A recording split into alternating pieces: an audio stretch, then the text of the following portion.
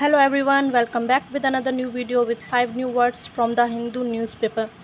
जैसा कि मैं आपको अपनी हर वीडियो में बताते आ रही हूँ कि इसी तरह मेरे साथ डेली के 5 वर्ड्स याद करते रहिए। आपको एंटोनिम्स सिनोनिम्स रटने की ज़रूरत नहीं पड़ेगी। Without time wasting, we start our word meaning in Hindi video and learn antonyms synonyms without rote. So let's get started. First word is contended. Contended एक वर्ब है जिसका हिंदी मीनिंग होता है तर्क दिया, दृढ़तापूर्वक कहना, संघर्ष करना, विरोध करना, बहस करना।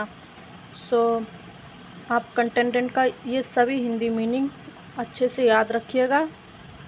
इनका हम सेंटेंस में देख लेते हैं कि ये हिंदी वर्ड सेंटेंस में कहाँ कहाँ यूज़ हुए हैं और कहाँ कहाँ हम इनका इंग्लिश में कंटेंडेंट यूज़ कर सकते हैं। देख लेते हैं। पहला है सेंटेंस ऑन कंटेंडेंट। पहला, It merely has contended that its own method was completely satisfactory to itself. इसने केवल ये तर्क दिया है कि इसका अपना तरीका अपने लिए पूरी तरह से संतोषजनक था।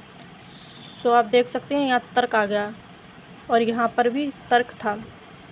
इस तरीके से आप देख सकते हैं हम कंटेंडेड तर्क दिया यूज़ कर सकते हैं। सेकंड देख लेते हैं। Second is, one party contended for its authorizations, the other party demanded its prohibition.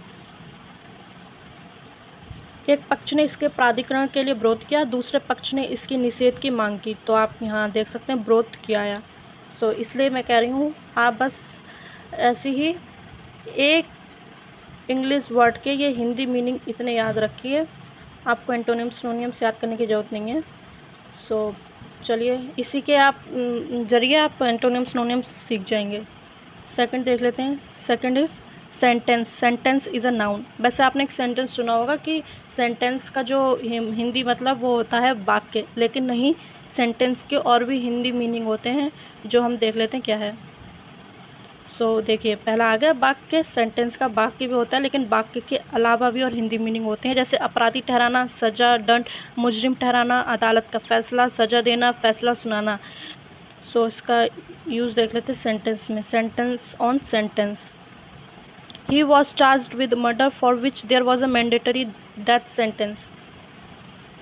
उस पर हत्या का आरोप लगाया गया था जिसके लिए अनिवार्य रूप से उसे मौत की सज़ा का प्रावधान था। यहाँ पे आप देख सकते हैं सज़ा आया है। यहाँ पर हम वाक्य का यूज़ नहीं करेंगे क्योंकि जैसे मैंने आपको बताया सेंटेंस का सिर्फ एक हिंदी मीनिंग वाक्य नहीं होता है। ये इतने हिंदी मीनिंग सेंटेंस में का यूज़ हो सकता है। एक सेंटेंस का हिंदी वर्ड सज़ा भी होता है। सेकंड देख लेते हैं। Second, he was sentenced to death. उसे मौत की सज़ा सुनाई गई थी। ओके, थर्ड वर्ड पे चलते हैं। Third word is expect. Expect is a noun और इसका हिंदी मीनिंग देख लेते हैं। पहलू, स्वरूप, पक्ष, रूप, आकृति, भाव, छवि। सेंटेंस में यूज़ देख लेते हैं। This was one expect for her character he hadn't seen before. यह उसके चरित्र का एक पहलू था जिसे उसने पहले कभी नहीं देखा था। पहलू आप समझ सकते हो, उसका एक साइड था, मतलब आपने उसका पहला साइड देखा था लेकिन दूसरा साइड आपने अभी तक नहीं देखा है। यही पहलू मतलब हुआ। सेकंड देख लेते हैं। Climate and weather affect every aspect of our lives.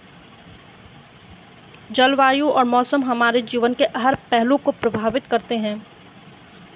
चलिए नेक्स्ट देख लेते हैं। Fourth word is addressing. Addressing is a verb. इसका हिंदी मीनिंग हुआ को संबोधित। सेंटेंस में यूज देख लेते हैं। A woman was addressing the crowd through a loud speaker. एक महिला लाउड स्पीकर से भीड़ को संबोधित कर रही थी। सेकंड देख लेते हैं। He always spoke as if he were addressing a public meeting. वह हमेशा ऐसे बोलते थे जैसे किसी जनसभा को संबोधित कर रहे हों। नेक्स्ट देख लेते हैं। Next is undergoing. Undergoing is a verb and इसका हिंदी मीनिंग है कि दौर से गुजर, सहना, गुजरना या भुगतना। Sentence on undergoing. एक बात मैं फिर याद दिला दूँ, आप हिंदी वर्ड ज़रूर याद रखिएगा। ये एक नहीं, तभी मैंने यहाँ पे 3-4 दिए गए हैं ताकि कन्फ्यूज़न हो जाती है। कभी कभी दूसरा हिंदी मीनिंग आ जाता है, समझ में नहीं आता इधर क्या लगाएं, इसलिए आप ये सब याद रखिएगा। इन सब में एक ही इंग्लिश वर्ड यूज़ कर सकते हैं, अंडरगोइंग। सो चलिए सेंटेंस में देख लेते हैं इसका पहला sentence. My patient undergoing the craniotomy had no previous experience with surgery and he was quite scared. Craniotomy के दौर से गुजर रहे मेरे मरीज को सर्जरी का कोई पिछला अनुभव नहीं था और वह काफ़ी डरा हुआ था। तो ये देखिए यहाँ आगे के दौर से गुजर रहा था। सेकंड देख लेते हैं। द वाइट ब्लड सेल्स और ल्यूकोसाइट्स अंडरगो अदर चेंजेस।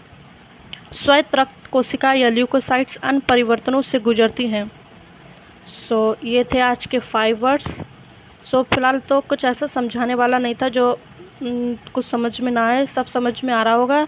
लेकिन आपको अगर कुछ भी समझ में नहीं आ रहा हो तो आप हमें कमेंट के ज़रिए पूछ सकते हैं, हम आपको उसका आंसर देने की कोशिश करेंगे।